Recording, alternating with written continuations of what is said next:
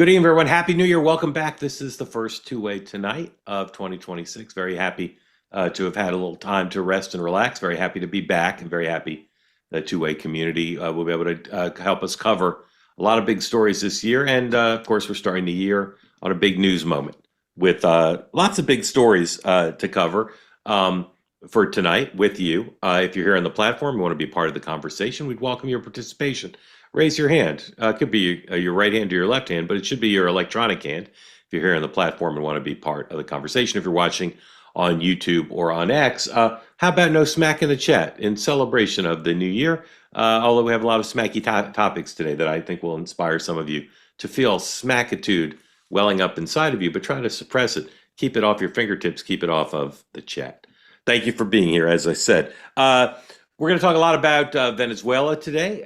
We have two great guests to do that. And we're also going to talk about Minnesota, where the resignation of the governor, or not the resignation, the announcement by the governor that he would not be seeking a third term has not quieted the criticism. And he enraged a lot of people today by doing what President Trump does on occasion, which is announcing a quote unquote press conference, but not taking any questions. We call that a statement to camera and then a departure, not a press conference. So a lot of unanswered questions after the governor put out a long statement. So we're going to talk about those two stories with you tonight. We're also going to talk about Mark Kelly now facing a military proceeding from Pete Hegseth and for that video that he and several other members of Congress made.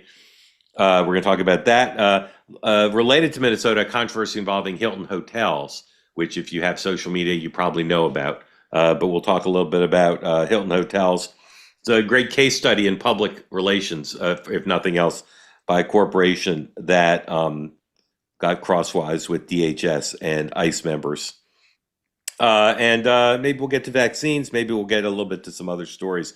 But our primary focus is going to be on what happened today and what may happen tomorrow, and going forward, what might happen with Venezuela. The Maduros were arraigned in New York today. This 92-year-old judge who's overseeing the case. Not much happened in the court today, except the Maduros were quite a spectacle. And then lots going on regarding Congress and the White House on Venezuela, and some Republican unhappiness, but a lot of Democratic unhappiness, not just about what happened over the weekend, but what may happen going forward, and a failure to consult. And then probably the biggest question, and we have great guests to explore this, is what is going on the ground in Venezuela, where people are still scratching their heads about why the president does not seem to be supporting the winners of the last election, the opposition leaders who, as you'll hear in just a little bit, very eager to govern the country, and yet the president is now governing by leverage, I think is the way to say it. Stephen Miller was on CNN just a few minutes ago. We'll play you a bit of that. Interesting, amongst other things, because Stephen Miller has been clamoring to be on CNN for several weeks now, where CNN basically refused to book him.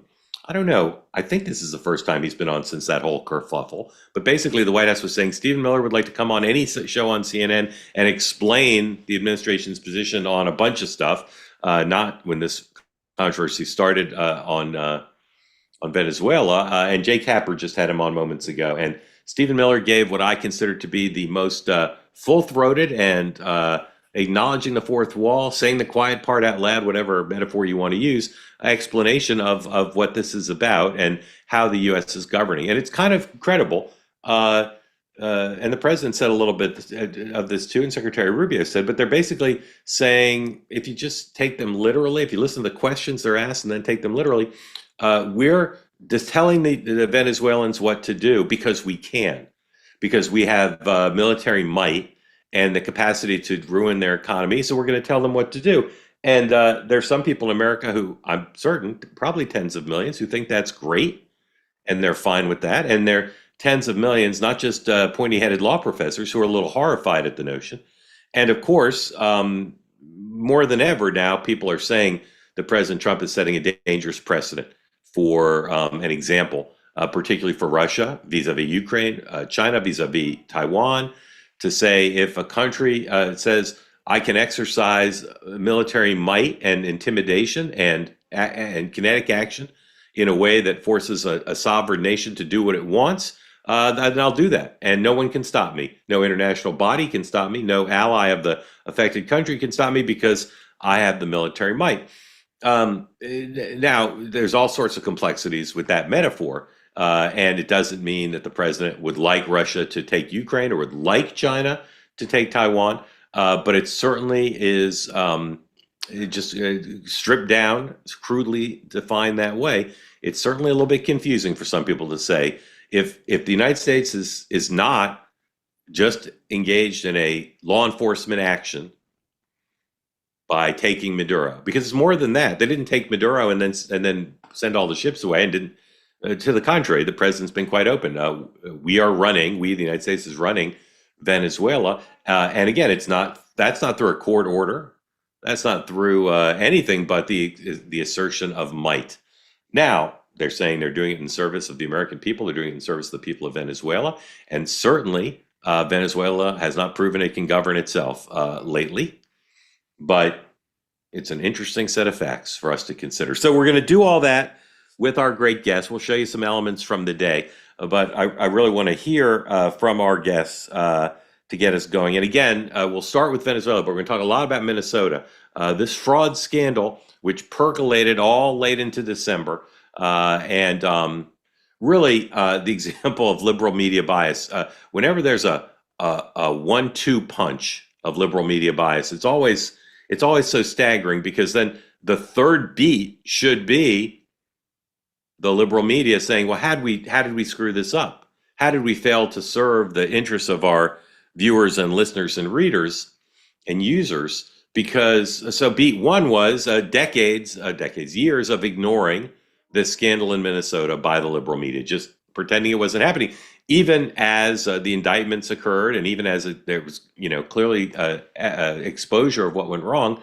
Not a lot of coverage, all right, in Minnesota or nationally. And then here comes conservative media, including one of our guests tonight, to lay out the facts, including this young man who did it on YouTube. Did they get everything 100% right 100% of the time? No, they didn't. But does the New York Times or the Minneapolis Star-Tribune get everything 100% right 100% of the time? Spoiler alert, no, they don't. So just to cherry pick and say, well, these conservative propagandists, the New York Times wrote a story a couple days ago. It was the one day I was on vacation that I wished I had been on the air. They wrote a story saying, this young man, what's the guy's name? Somebody's going to tell me. What's the guy's name? The YouTube guy.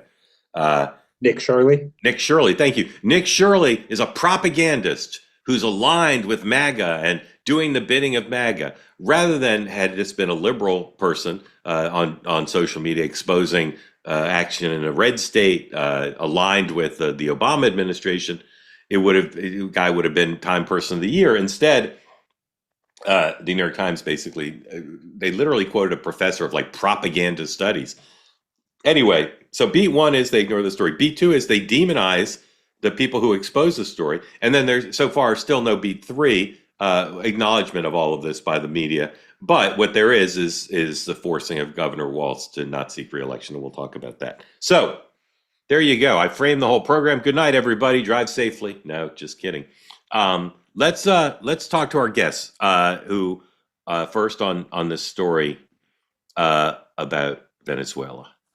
And we'll start with an extraordinary journalist and explainer in chief. Michelle Caruso-Cabrera is here. I could tell you so many things about her. She's a contributor at CNBC, and she's been a reporter covering the world and we'll hear in a moment Venezuela for a long time. And I need to say one other thing about you. I know, CEO of MCC Global Enterprises. There you go. Michelle, so happy you're here. While we bring Mark Caputo in, just tell everybody your extraordinary history with Venezuela, both in the country and then covering it from here over the last few years. And thank you for being here, and Happy New Year. It's a pleasure to be here with you, Mark. Happy New Year to you too. Yeah, I've been a journalist for most of my life. I was at CNBC full time for more than 20 years. I was the chief international correspondent there. And when I was there, I traveled extensively to Venezuela, back actually under Hugo Chavez, because that's when the country really started to fall apart and when their oil started to decline.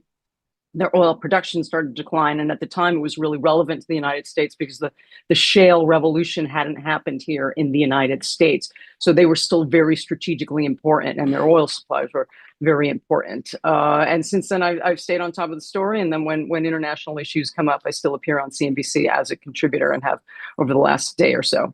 Right. All right. Very, very grateful to have you here. Mark Caputo, I've never seen you. You're like Max Headroom. What, are you on a set there? Where are you exactly? Yeah, I have to do a News Nation hit, and I realized I wasn't going to be able to do it, so I'm at the Miami NewsNet studio. Got it. All right. Well, grateful to you for making time. Happy New Year to you. As someone just said in the chat, I don't read the chat. I do glance at it. You look very good. You look like all this stuff. Now, although my hair is so white, like I don't know what. Now, Noah doesn't like when I talk about sports, but we do have to acknowledge the Hurricanes, victory, baby. The victory of your Boom. Hurricanes. Yeah, congratulations on that. I don't know about Thursday, though. I don't know about Thursday. When Miami went up, I mocked Mark's confidence and said, the whole thing was doomed, and then they won. So congratulations on that, Mark. Like Michelle. On this story, journalism is a lot of skill, but a lot of luck. And Mark is just at the crossroads here. Miami, of course, is the gateway to Latin America, including to Venezuela. And of course, Secretary Rubio, Mark's covered for years. So, Mark, often there's a lot of hand-wringing amongst our colleagues, the perils of Pauline, all the things that could go wrong, all the disasters, all the things Trump's done wrong. But I'm sure you've had the experience I've had in the last 48 hours, which is there is a triumphal confidence in this administration, not just on the execution, the tactical execution of the mission, but about what they face going forward. They're not wringing their hands. They're, at least you tell me if you have the same experience talking to Trump people, they're very fired up about all this. They are. I mean, if anything, pride comes before a fall, but there's no fall yet. And one of the interesting things that Rubio had said the other day, Sunday, actually yesterday, he sort of implicitly, I think, told Margaret Brennan, like, look, on one hand, you guys don't want us to do regime change. On the other hand, you're asking us to do more regime change, because the complaint was, well, you only took away Maduro. It's not really regime change because you left all these other elements in there. So it's an interesting posture that the Trump administration has been in, because there's a very surgical strike. And so far, as we sit here a few days later, it's been clean and effective. What is the when people see Stephen Miller, who again we're going to have a soundbite from in just a moment, when people see Stephen Miller in the room for this national security operation, when they see him as a point person, how does that relate to Secretary Rubio? Are they equals? Or they allies? Allies, yeah. Allies. Yeah, Trump has just basically a constant council of 3, 4, 5, 6, 7 advisors, like 5 guys and Susie Wiles. Right. The only person in sort of the Venezuela council who was not up there behind Donald Trump on Saturday was Susie Wiles. She was at home at the time. But Stephen Miller has been, from what I've been told, a real proponent, much more aggressive and a proponent of using American military force than Rubio was. You kept hearing people talk on social media like, oh, this is all Rubio, and Rubio's bloodthirsty. To use the frame of bloodthirsty, the one who was certainly much more interested in using missiles, from what I understand, was Stephen Miller, not Rubio. Yeah. All right. Thank you both for that. There's so many ways we can go here. Michelle, I'd like you to start by talking about the exiled leaders. One person was elected 2 years ago. Another person won the Nobel Peace Prize as an opposition leader. The president continues to say they're not ready to govern the country, or he's not turning to them to govern the country. Tell us what you know about the opposition and efforts they've made in the last few years or months, I guess maybe, to be seen by the international community as the rightful governors of the country. Well, they're deeply disappointed. Obviously, when Maduro was leaving, it was assumed that, or many of them assumed that would be their point at which they could lead. And that obviously didn't happen. And in fact, when President Trump said Maria Corina Machado. She's a nice woman, but she doesn't have a lot of support from the people. That was upsetting because her ticket didn't win the general election. She did win a primary by a large number. They were working very hard to prove that they could lead. They started an investor roadshow over this summer. I attended it. It started in New York City at the Council of the Americas, where they laid out a very extensive plan about what they would do with the economy if they got into power. And it had all the right things that you would want in it. An investor framework that was very pro-markets, very pro-free markets, and would really have helped turn around the oil industry, not just the oil industry, agriculture, hospitals, education. They need everything there. It's been 26 years without investment, 26 years of oil revenue to the degree that they were still producing it, being diverted to the military, etc. They used to produce 3.5 million barrels of oil per day at their peak, and now they're 700,000, 900,000, maybe a million, depending on what Chevron's doing down there. Legally, by the way, Chevron is there. So if you could turn that around, you could obviously restore a lot of revenue. And I think the administration's thinking, they've made clear, if you restore the oil revenue, maybe the 8 million people, the nearly 30%, more than 25% of the population that has left, might be willing to go home if the place improved. Right. Okay. Again, there's so many directions to go, and I got to share some stuff with you that's just occurred. The president just did a 20-minute interview with NBC News, where one of the many places Marc Caputo used to work, and it's kind of incredible, the stuff he said. I'm going to read some of it to you in a minute. But Marc, I want to give people a little bit insight here into. There's countless reporters who have the president's cell phone number. The New York Times reporter called him on Saturday morning at 5 a.m. or something after the president went on Truth Social and said this had happened, and he talked to him very briefly. How do reporters who have the president's cell phone number decide when to call him? Well, the reporter there, Tyler Pager, detailed that about how he talked to his editor, and they made a decision to pull the trigger. What I think was left out of that story, which is kind of interesting, is according to Semaphore, the New York Times and the Washington Post had been leaked operational details ahead of time and struck a deal with the administration.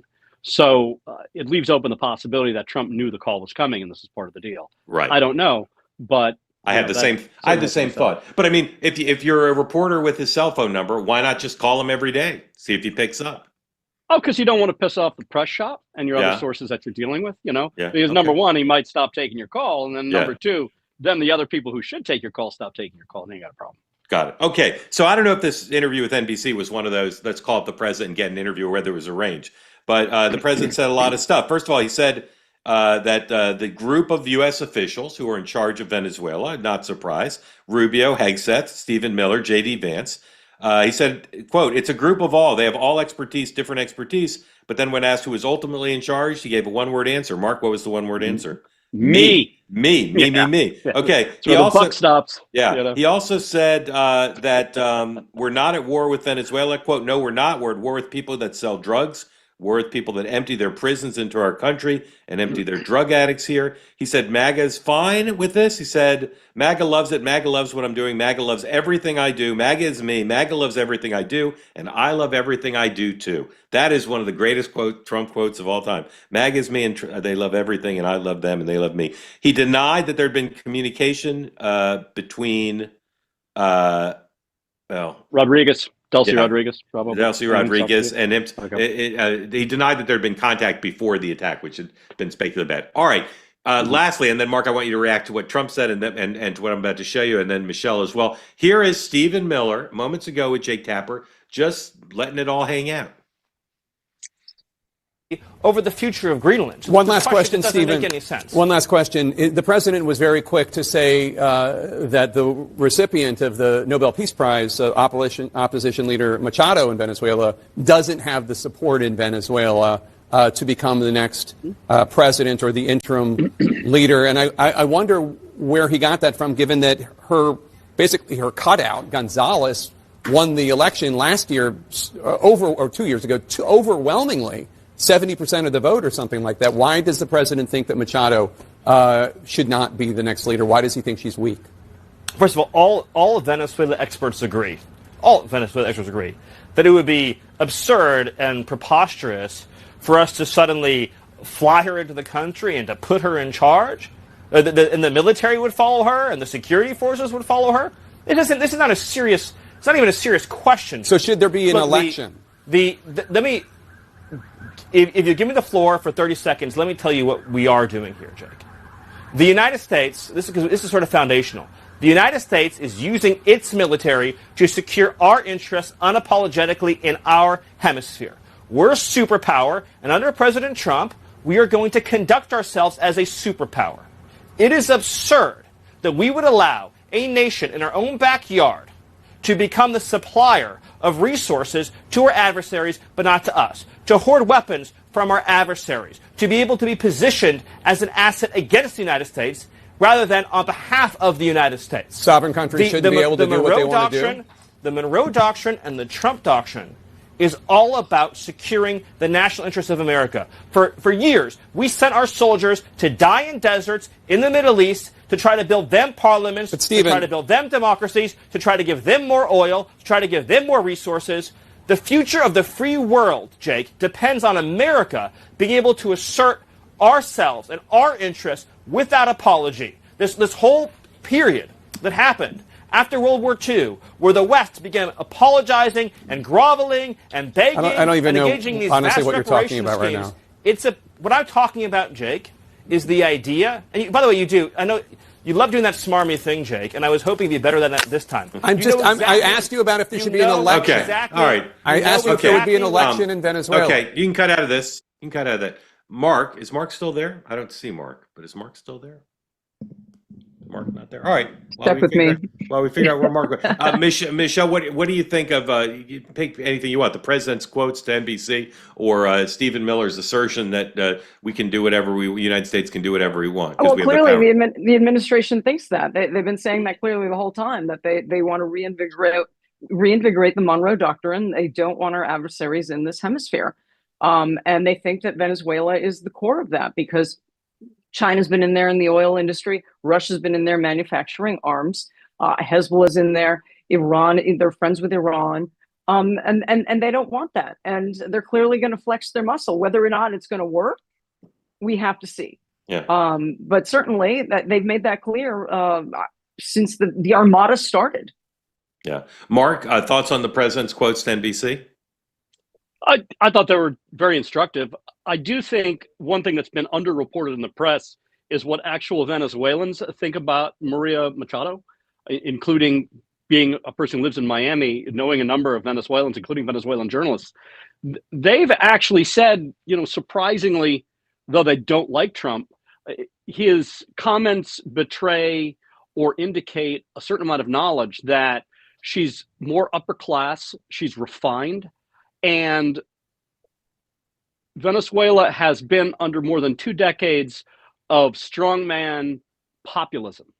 And she probably would not be an electable figure, and certainly would not be a figure they'd want to install. Before Stephen Miller went off the rails there, what he was getting at is something I wrote about in Axios on Sunday in a piece about Rubio, which was that they've made sure not to do the Bush mistake from Iraq, which was a de-Baathification program. They don't want to go in there and just decapitate everyone and just have the place go to hell. There are gangs there that are called the colectivos, the collectives, who operate in tandem with the regime, who can really cause a lot of chaos quickly. And notably, yes, the United States is not being greeted as a liberator and there aren't roses being thrown. But Venezuela doesn't look any less stable today than it did before. Right. And that's sort of a testament to the surgical nature in which this is done. I'm not praising what has been done. I'm not excusing it or supporting it. But I'm just saying, like, on its merits, just in a pure sort of regime change targeted operation, this has been so far successful. And Donald Trump's comments about Machado are actually quite accurate and in keeping with what a lot of Venezuelan exiles here tell me. Yeah, brilliantly said. And it's just so important to always, in cases like this, think about what might be happening in Venezuela. And it's very different than what might be happening. Michelle, I'd love for you to just comment on what Mark said, because you have Machado, who's perceived by some Nobel Prize winner and quite articulate. Is your sense the same as Mark, that she is not, that the White House is right, that she does not have broad popular support? He's right that the White House was concerned that she didn't have enough support. She Right. won, her ticket won an election. Yeah. There's no doubt Right. about that. However, Yes. it's another thing to fly her in and install her in place and be sure that the place is not going to fall into chaos.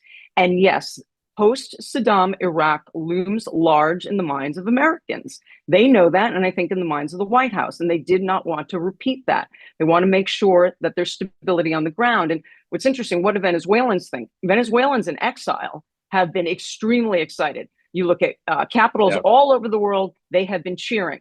I've been watching Venezuelan state TV and watching social media very closely. Not a lot of cheering on the ground in Venezuela.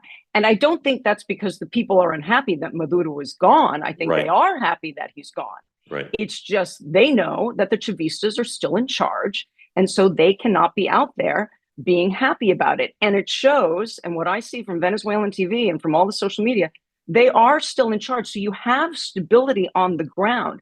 As much as it makes people unhappy that the socialists are still in power, I think stability ends up looking like a win to this White House. Yeah, and I'll just say with the same caveat that Mark gave, I'm not telling you what ought to be. I'm just telling you what is here. Right. There are three sources of information and that give the administration confidence that they know what they're doing and that this situation is not out of control. One is Rubio's expertise. This is what he knows. He knows the politics, he knows the culture, he knows the people, he understands the language, the whole thing. Number one. Number two, the level of intelligence information that supported the operation to get the Maduros out, but also ongoing to understand what's going on in the country. It's fish in a barrel. This is not one or two people in the Kremlin. This is like broad-based people on the ground, American assets, literally American assets on the American intelligence operators on the ground, but also just access to people in the Venezuelan government. And then third, the military to military contact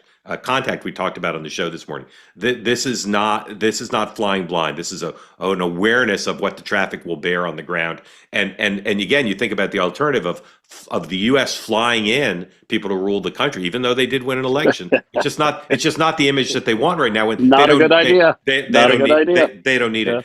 Michelle, we're going to switch to Minnesota. So I'd just love for you closing comment on what are things people aren't talking about that people should be aware of. While you do that, I'm going to go get a power cord because my laptop's about to die. You mean when it comes to Venezuela? When it comes to Venezuela, like I what want to are see things people should what the focus oil on? industry does. I mean, the Trump administration has said that the oil industry is interested, that they're going to bring them in. I think they are. The cost to extract a barrel of oil in Venezuela is somewhere between $13 and $16 per barrel, whereas in the United States, it's between 40 and 60. It's cheap. We can refine Venezuelan oil because we did for many, many years. They did produce 3.5 million barrels per day. They have infrastructure there that is very dilapidated, but you're not building from scratch. You've got know-how. I mean, there's a lot that can be done if things go according to the White House's plan. Right. Michelle, so grateful to you for being here and hope you'll come back on a regular basis. Really happy to have you here. Thank you.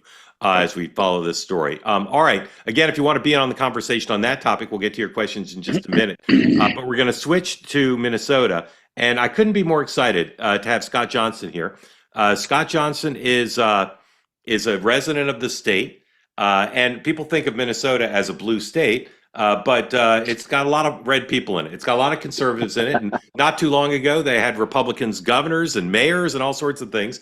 And Scott Johnson is part of a group of conservative writers. He's an attorney who have been covering this story and the fraud and the failure of the Democratic regime, I'll call it the regime, to do anything about it. As Scott Johnson, Happy New Year. Couldn't be more pleased to have you here. Thank you for being here. Mark, thank you for having me. It's really an honor.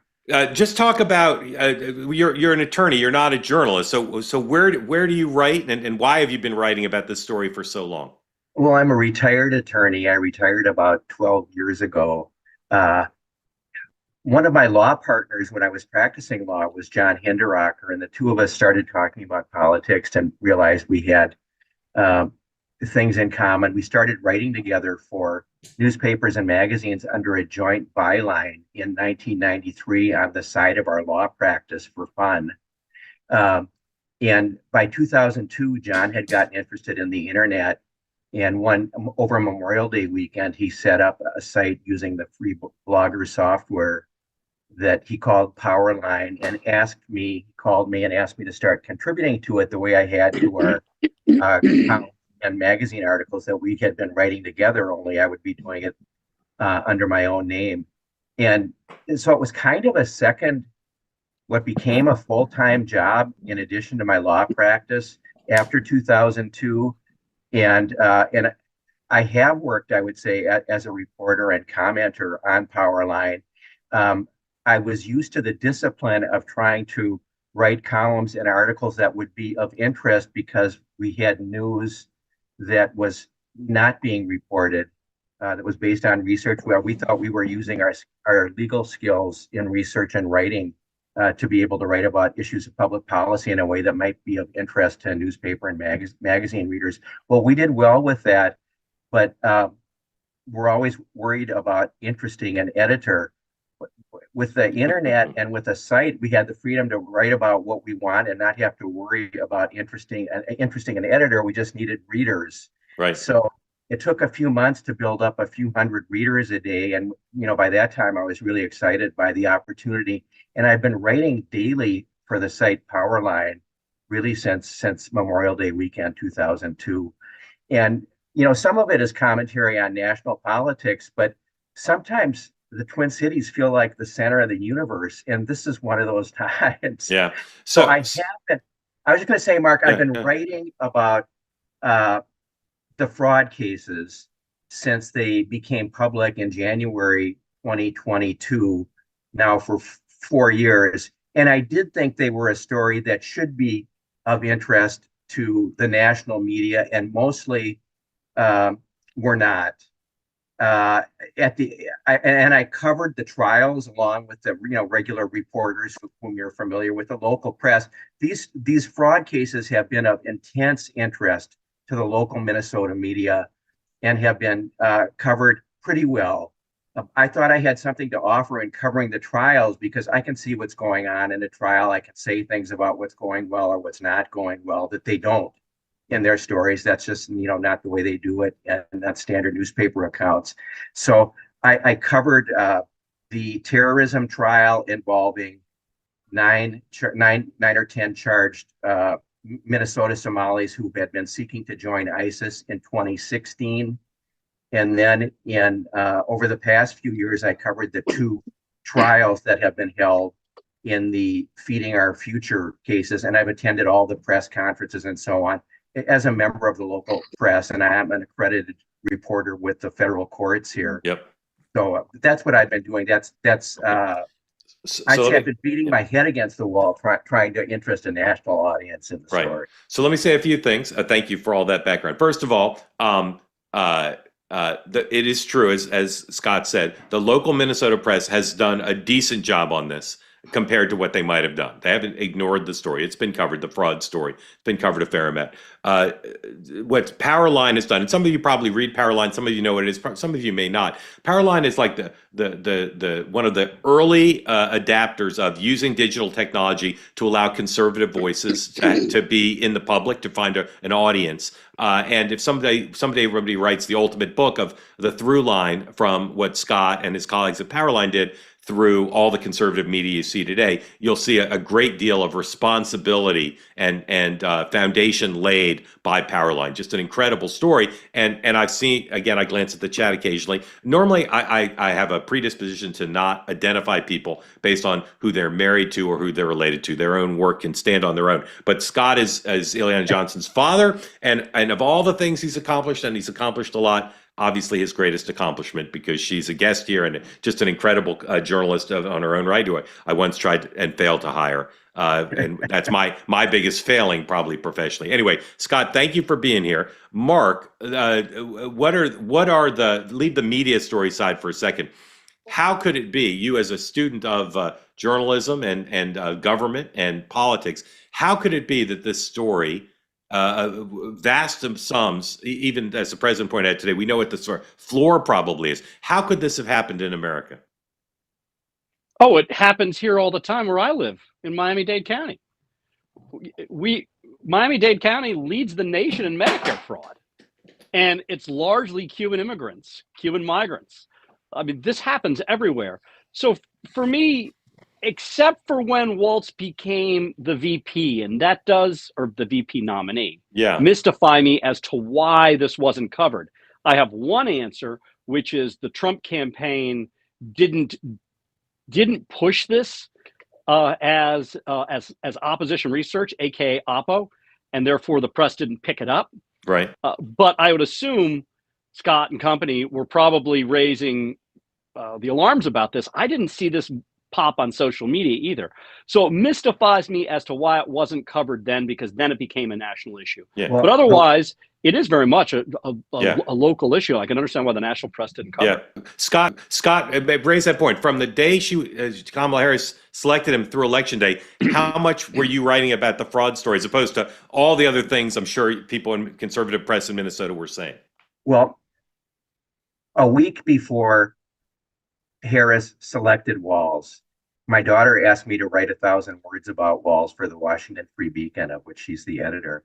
And I did that in a column called Take My Governor, Please, which was a variation on the old Henny Youngman joke. Yeah. And that column may be, the only smart thing I've ever said, Mark. This was a week before she selected Walz. It was kind of a facetious explanation of why she wouldn't select Walz. So I went into what I think is a really horrible record that he has compiled as governor. But one of the last things I said in that column was that he would never live down the frauds that have occurred, the agencies under his jurisdiction. And then I think because I had written that column, I was asked to write the column introducing Walz to the readers of the Wall Street Journal that ran the day after he was selected. So I wrote it. I was asked to write it the morning he was selected, and it was a big, like half a page column. Minnesotan looks at Tim Walz, and in that column, I made a thing about the frauds and Walz, Joe Isuzu type deflection of the blame. And this has been his standard line for the past 4 years, is that he has nothing to do with it and he's taken care of it. But he blamed a local state court judge for ordering him to continue payments. And the judge, and something I've never seen done before, issued a formal public statement when the first wave of 47 indictments were handed up by a grand jury in September 2022. Ramsey County District Court Judge John Guthman had a public statement posted calling out Walz essentially as a liar. And I quoted that in the Wall Street Journal column. Yeah. Scott, what if you don't assume facts not in evidence, but just based on what we know, how culpable is he in this, in the fraud scandal? Is it something he possibly knew about? Is it something that he turned a blind eye to? Where is his culpability based on what we now know, at least potentially? Well, I would say he turned a blind eye at best. But the Somali community in the Twin Cities is a core Democratic constituency, and the Democrats pile up their majorities statewide with the huge majority that they pile up in Hennepin County, where Minneapolis is based and where most of the Somali community lives. I don't have a good answer about what he knew and when, but Mark, you're an observer of the media, and it astounds me that he has never sat for. I during the second Feeding Our Future trial, I emailed him a set of questions. I asked for an interview about what he knew when, and of course they ignore me. I've had an adversarial relationship with the Walz administration, but I mean the serious media people here, the local media like the Star Tribune and the Telegraph, a daily local audience beyond Powerline, and they haven't. He's never sat for an interview about what he knew when, and his stories do not add up. Yeah. So apropos of that, let's look at the governor today. Again, said he was having a press conference announcing, as it turned out, his decision not to seek re-election. Here's the last few minutes of that public statement, which, as you'll see, includes no questions, and you'll see how the reporters reacted. Number 9, please. I'm proud of the way we treat our neighbors. I'm proud of the way that we welcome people to this state. I'm proud of the way that we innovate. and I'm proud of the way that we are optimists for the future.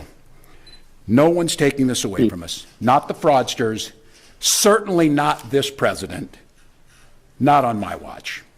Tomorrow, I'll be back with you. I'll give you an update on America's best paid family medical leave program that is now a week into it, and at that time, I'll take all your questions. Thank you all. Thank you, Press. I'll be back tomorrow. Thanks, Walz. I'll have more tomorrow. Appreciate it. Thank you. Wow. All right. Thank you, Press. But you said you were going to take questions. Why didn't you? Thank you all. We'll be back tomorrow. Thank you. Thank you. We'll see. We'll see if he takes questions tomorrow. We'll see. We'll see if he takes questions tomorrow. Talk now that Senator Klobuchar would run for governor. Not clear if that happens. If she does run for governor, whether she'd step down, and if she stepped down, what would happen to her Senate seat? So a lot of ambiguity there. It's Mark, if Amy Klobuchar runs for governor, your sense she clears the field and wins easily? I mean, I would defer to Scott on that sort of thing. I mean, I am no expert in Minnesota politics. I mean, my understanding of her is that she's certainly popular enough to be elected and reelected a number of times. So I would think she'd be clearly the front runner. But beyond that, I don't want to step too far outside of my lane. Okay. Scott, my sense was that from talking to folks who've worked with Governor Walz in the past, not on this current campaign, but who know him pretty well, was that there was a fair amount of apprehension that he'd lose a reelect, not just because of the scandal, but running unprecedented third time. And there's some strongish Republican candidates.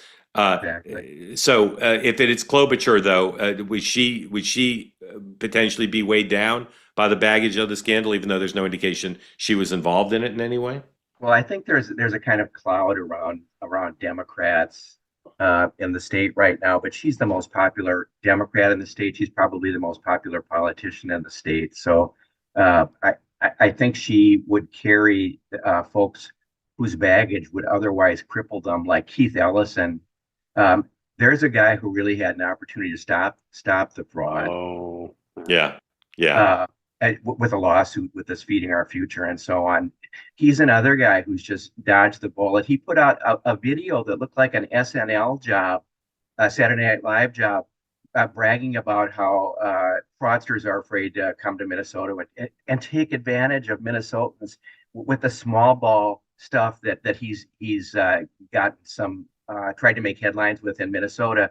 But this guy, it's unbelievable that he's never sat for an interview about what he knew when, and the representation of his office that resulted in a settlement that resumed the payments to another $100 million that went out the door to Feeding Our Future after the case he represented the Minnesota Department of Education and was resolved. Yeah, amazing. Just amazing. I'm conscious of the time, and I want to start going to community questions, so we will in just a moment. I'll say that the Walz statement announcing he wasn't seeking re-election, the one he tweeted out, is just a classic of the genre. He said if he had run for re-election, he definitely would have won. But in Minnesota, he said at least 3 times it's the best place to raise kids. But he said he didn't seek re-election. He's not seeking re-election because he wants to focus on governing, which of course begs the question of why he wasn't focused on governing before, or why he that's thought why he ran. That's why he ran for VP. Yes, right? yes. Why he thought, I should say, it begs the question of why he thought he could run for re-election and govern. Like why all of a sudden that's not possible. In any event, let me get in a quick word from our sponsor, and then go to your community questions. If we can get time, we'll go to I want to do that Hilton story because it's an incredible story. But we'll see if we have time for that. Sponsor night, CB Distillery, 25% off all products on cbdistillery.com.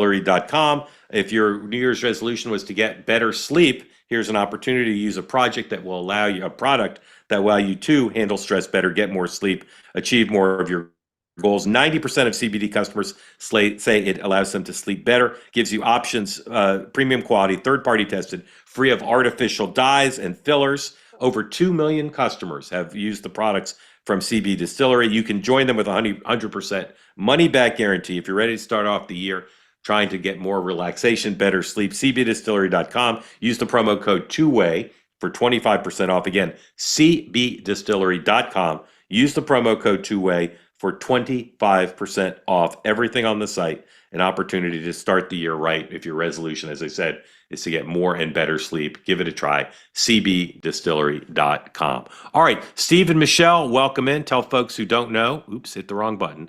I do that sometimes. I've screwed the whole thing up. All right, let's. Man. Somebody's going to Man. fix. It's the start of the new year. Somebody's going to fix it for me. While it gets fixed, Steve and Michelle, unmute. Tell folks, here we go. Tell folks who don't know where you are and what's on your mind for Scott and for Mark. Hey, Mark.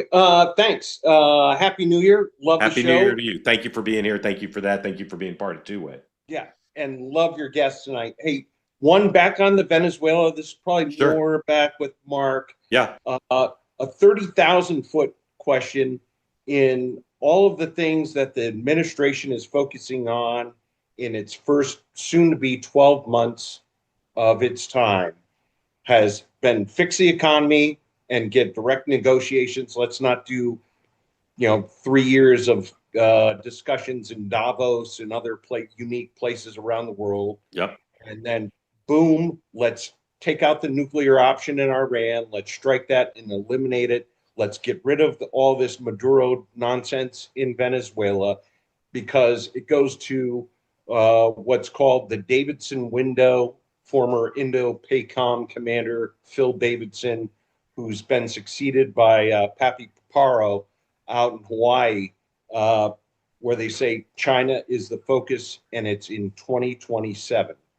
And we need to get all these ankle-biting issues of Cuba, Venezuela, North Korea, Iran out of the way, because the United States needs to be solely focused on China, the CCP, I won't say China, CCP's ambition to take Taiwan by 2027. So this year is going to be fundamentally important. And then to the Minnesota question, I think. Wait, hold on. So you want Mark to comment on whether that is the strategy? Is that your question on number one? Yes. Okay, absolutely. So hold it right there. Steve wants to know, Mark, is this to clear the decks for Chi-Com confrontation in a couple of years? I mean, to a degree, the problem that the Trump presidency has had, is he's fixated by trying to get a peace deal in Ukraine. And there are a number of people who in the administration who sort of wish he wouldn't, because Putin doesn't really want peace. And as a result, Zelensky doesn't want peace because he doesn't want his country taken over. And the messaging over China isn't so clear. But what is clear is that there were a number of confluential events that made Venezuela just an irresistible target for Trump, including China. So certainly it makes it easier to confront China by not having it so actively involved in this hemisphere. It doesn't mean it's being booted out of Venezuela, but the United States is certainly projecting strength in this hemisphere to then focus on the others. Yeah. Well said. And Steve, your question, the way you framed it, very complicated stuff, right? There's a lot of moving pieces here, but there's no doubt that, again, the president looks for leverage, and when he has leverage, he uses it. And the challenge for every president since Bush 1 is how do you get leverage over China and Russia? That's the biggest challenge for a president. And what the president's doing now is trying to use the leverage he has over Venezuela to command a stronger position vis-a-vis China and maybe Russia too. Steve, your second question for Scott and for Mark. Minnesota, I'm just blown away. We've been dealing with gaslighting over the last, let's call it 9 years on issues. And the Tim Walz piece, now I'd almost call it flashlighting, of sticking a light straight in your face and saying nothing is going on here. It's not trying to dim away from the problem. It's to completely blind you out. Yeah. Is it time for a new term? Because his responses are ridiculous. Yeah, Steve, it's a great question, and we saw that, Scott. I'm sure you sort of waited for the rest of the country to catch up with you. We saw that during the vice presidential debate. Whenever he was asked a hard question, he would just say gobbledygook. I don't know. I guess in Minnesota, so it's word salad with maybe cheese on it and a creamy dressing. What do you think of how Walz stacks up? Because we think of politicians as not telling the truth and evading answers, but he seems to be in a class not by himself, a rarefied air. You know, one thing that's gotten through that I don't think is apparent to the rest of the country is the level of anger among average Minnesotans about the frauds, despite the fact, I mean, and maybe Walz has contributed to it by his refusal to take responsibility for it, you know, and to do the honorable thing. The fact that he was running for a third term is a joke, but it's hard to convey. So when I go to these, the United States Attorney is prosecuting these cases. There are now something like, you know, there have been 50 some convictions, some pleas of guilty, 7 convictions at trial, a total of maybe 98 indictments. The 70 some cases that began with Feeding Our Future have now morphed into Minnesota's so-called waivered Medicaid fraud programs. And the acting United States Attorney Joe Thompson, who is now the first assistant United States Attorney and who has been leading the prosecution of these cases, he's the guy who led the trial of the 2 Feeding Our Future cases who went to trial. He's called press conferences in July and September to advertise and December to advertise the cases that are coming down the pike and the level of fraud that he sees in cases that have not been charged yet, to raise public awareness. And you know, he's been screaming, I would say, fraud from the rooftops. So he's been a counterpoint to Walz, and the press conferences are wild. I've never seen anything like them here, you know, with reporters screaming questions and all of that. And that's because their editors back in the office are demanding stories because of the level of interest in these cases among viewers here. So that doesn't necessarily come through when you see Walz doing his thing. Yeah, I mean, 50 convictions. 50 convictions is insane. It's insane. Right? It's insane. It really is. Like I misspoke when I said Miami's got fraud, not like that. Yeah. Steve and Michelle, thank you. Scott, are those cases gone to trial or people pled guilty? There have been 2 trials resulting in a total of 7 convictions. The rest of the guilty, the rest of the convictions in the Feeding Our Future cases are pleas that have followed on from the trials. And so there are maybe 18 cases that remain to be tried. It's hard to believe that there are going to be that many tried. But one other thing I need to emphasize is there's just a small team of prosecutors in the United States Attorney's Office for the District of Minnesota, which have carried the ball in these cases. They're a team of 5. They are difficult and challenging cases to prove up before a jury. They're time consuming. And they've done a great job with a small team. They need help. Yeah. And Scott, just quickly, Congresswoman Omar, there's a lot of suspicion on the right that this is not just a cultural connection or a community connection, but that she may have some connection to this, and some people conflate it with a wealth that she and her husband seems to have acquired. Is there there with her that warrants more investigation? Well, there's been a mutually beneficial relationship between the fraudsters and Democratic politicians in making contributions. I really can't say more than that, but Omar is really exhibit A when it comes to Somali fraud.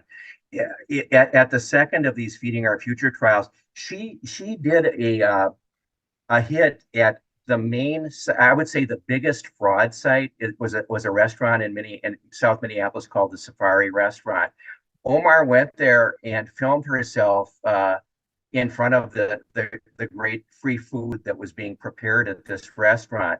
And her defense sought to introduce it as an exhibit in the second trial, where the owner of the Safari Restaurant was on trial with the ringleader of Feeding Our Future. The one white defendant in all these cases was the ringleader, who was the executive director of Feeding Our Future.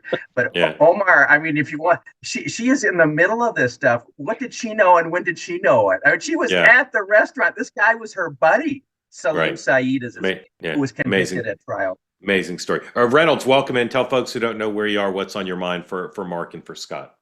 Yeah, and thanks. Happy New Year to you. Yeah, Happy New Year to you too. So first thing for Mark, I'm on the other side of the big game on Thursday, so hotty toddy.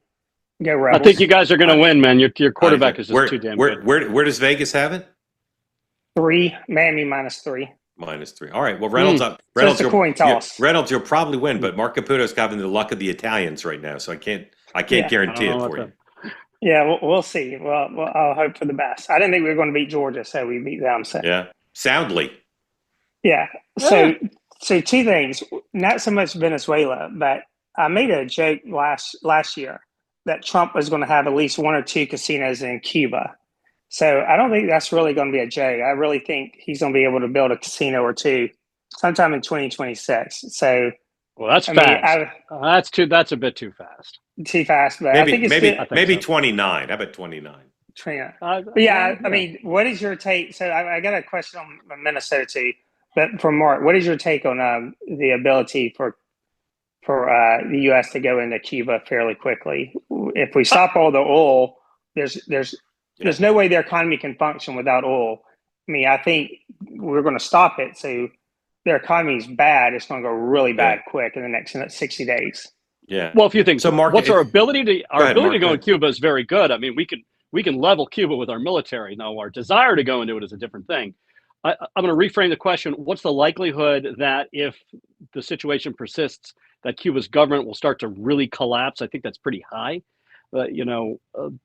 It still gets oil from Mexico, but I imagine the Trump presidency is going to put a little more of a squeeze on Mexico as well. A longtime fear of the United States, which became manifest in 1980 with the Mariel boat lift, is that the floodgates will open and all of these rafters will show up on shore. But the Trump administration has shown a remarkable steadfastness in being unbothered by aggressively enforcing our borders. So I'm not sure that threat would work as well here.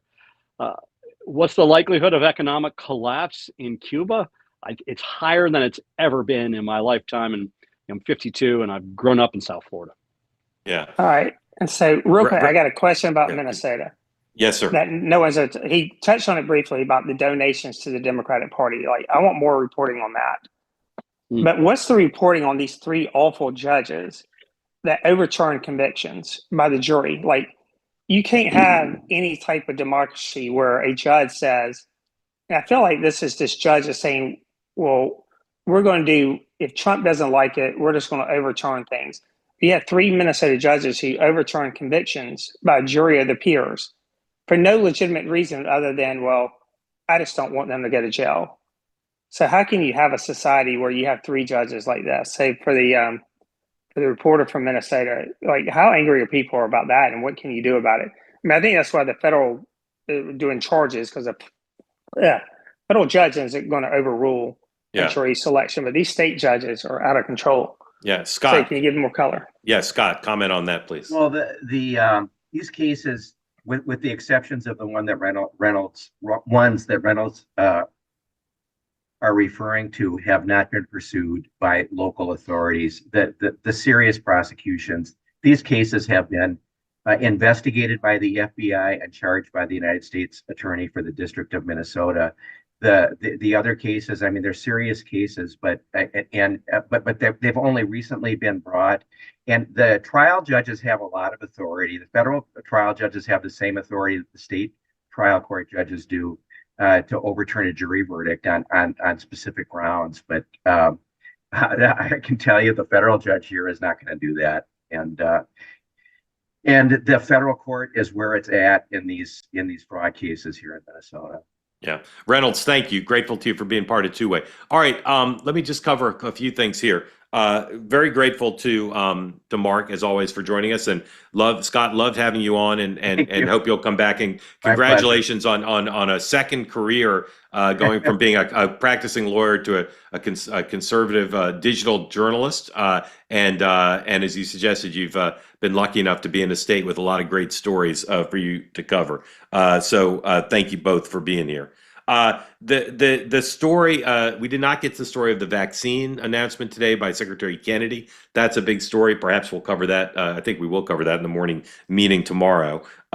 Coming up right now, also that Hilton story. It's a little more complicated than I thought when the program started, and we're going to take a pass on it because it's complicated. I don't want to say the wrong thing about who's responsible and all of that. So more on that probably tomorrow as well once we sort things out a little bit. Right now, you can watch Ethan Suplee on two-way. I'm looking at the wrong screen here to tell you about Ethan's show, Lifelong with Ethan. His guest, Spencer Nadolski, an obesity specialist. So if you're looking to be part of a community to understand personal health, Ethan is an extraordinary host, extraordinary story about how to live a healthier life. Go right now and watch that. Tomorrow, 9 a.m. Eastern time on the morning meeting. Kevin Walling will be back. And for the first time, Eric Erickson will join us as a guest host on the morning meeting. So we'll see you at 9 a.m. tomorrow for that. Again, grateful to all of our guests this evening, Mark and Michelle, and to Scott, and wishing all of you a Happy New Year. And I'll see you at 9 a.m. tomorrow, and go watch Ethan right now. Have a great evening, everybody.